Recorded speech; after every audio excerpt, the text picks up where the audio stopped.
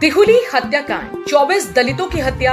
इंदिरा गांधी खुद पहुंची थी गांव, 3 को हुई फांसी। यूपी के फिरोजाबाद जिले के जसराना तहसील का गांव दिहुली में 18 नवंबर 1981 को डकैत संतोष और राधे के गिरोह ने 24 दलितों की हत्या की थी।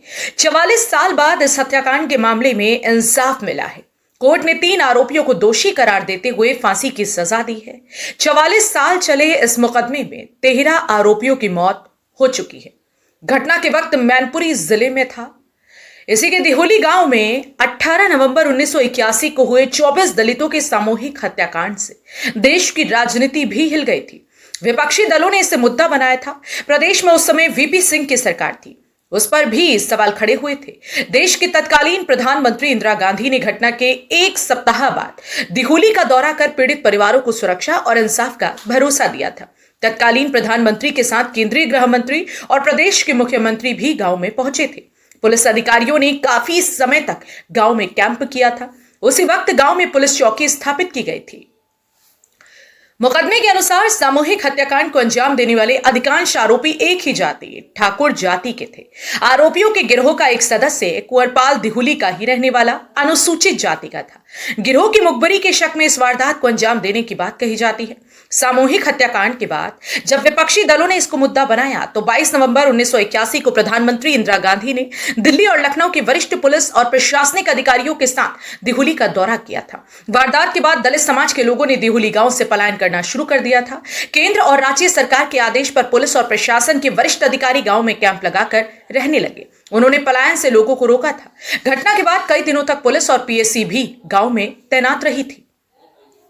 इस केस को हाईकोर्ट के आदेश पर इलाहाबाद के सेशन कोर्ट में 1984 में ट्रांसफर किया गया था। अभियुक्तों की ओर से केस ट्रांसफर के लिए अर्जी दी गई थी। 1984 से लेकर 2024 के अक्टूबर तक केस में वहां पर ट्रायल चला।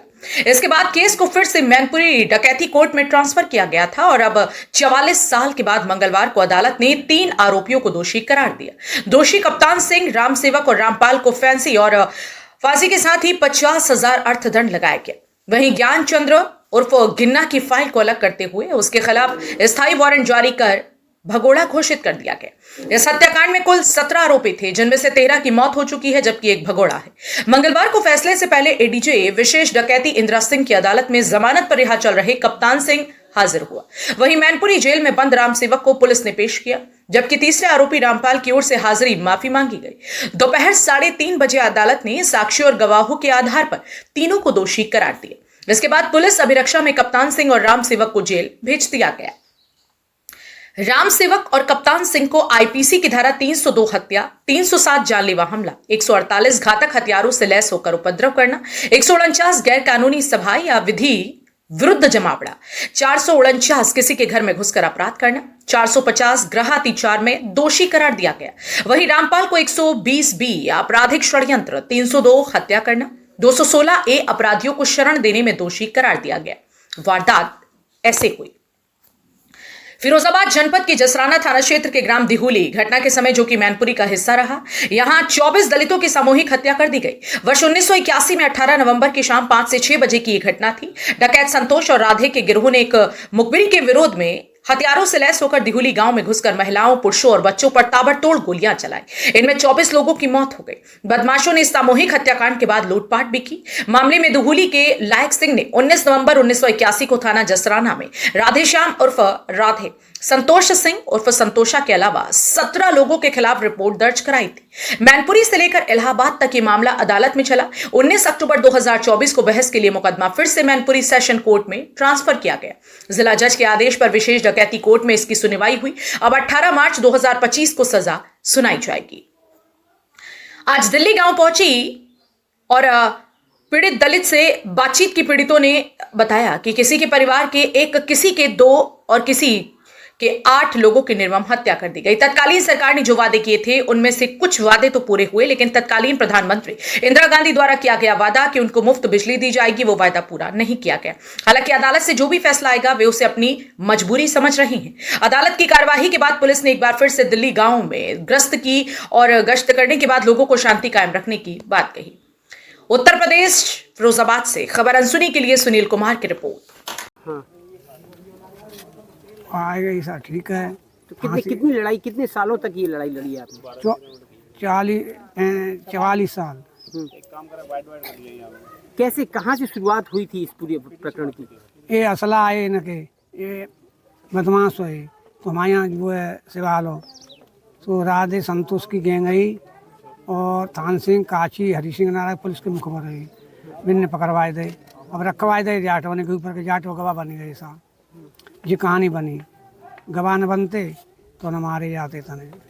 तो क्या किस रात ये आए थे और कैसे, किस वक्त, क्या वक्त रहा होगा? 4 बजे की बात है। 4 बजे संज्ञा को आए, धान कट रहो। हाँ। सब लोग काम कर रहे और तो बेचारी खाना बनाए रही। इतना हम तो है वो केस पुलिस के बहाने में आए। कितने दिनों तक ये लड़ाई लड़ी है अब आपने और आज फैसला आया? 44 साल लड़ी है साहब, 44 साल जी लड़ी। और डरपावे करे बीच में तो गवाह मन दियो। हमने कहा हम गवाह तो अब हमारे जब तने मरे गए तो हम मर जाएंगे, गवाह तो देंगे हम। आज तीनों को फांसी की सजा हुई है, कितने संतुष्ट हैं? संतुष्ट तो खूब हुए ऐसा कर सकें। अब अकेला अकेला पुलिस की सुरक्षा होनी चाहिए। डर के मारे वे बहुत ज्यादा परेशान है गई है कि बहुत ज्यादा हटा एक मिनट रुक जाए। जे डर के मारे और परेशान है मुझे इनको परिवार कहीं मार क्या हुआ था अम्मा? अम्मा आप ये क्यों क्यों रही हो आप? है तो जो देख लिया मेरे नो है और रोज आके लड़ाएंगे।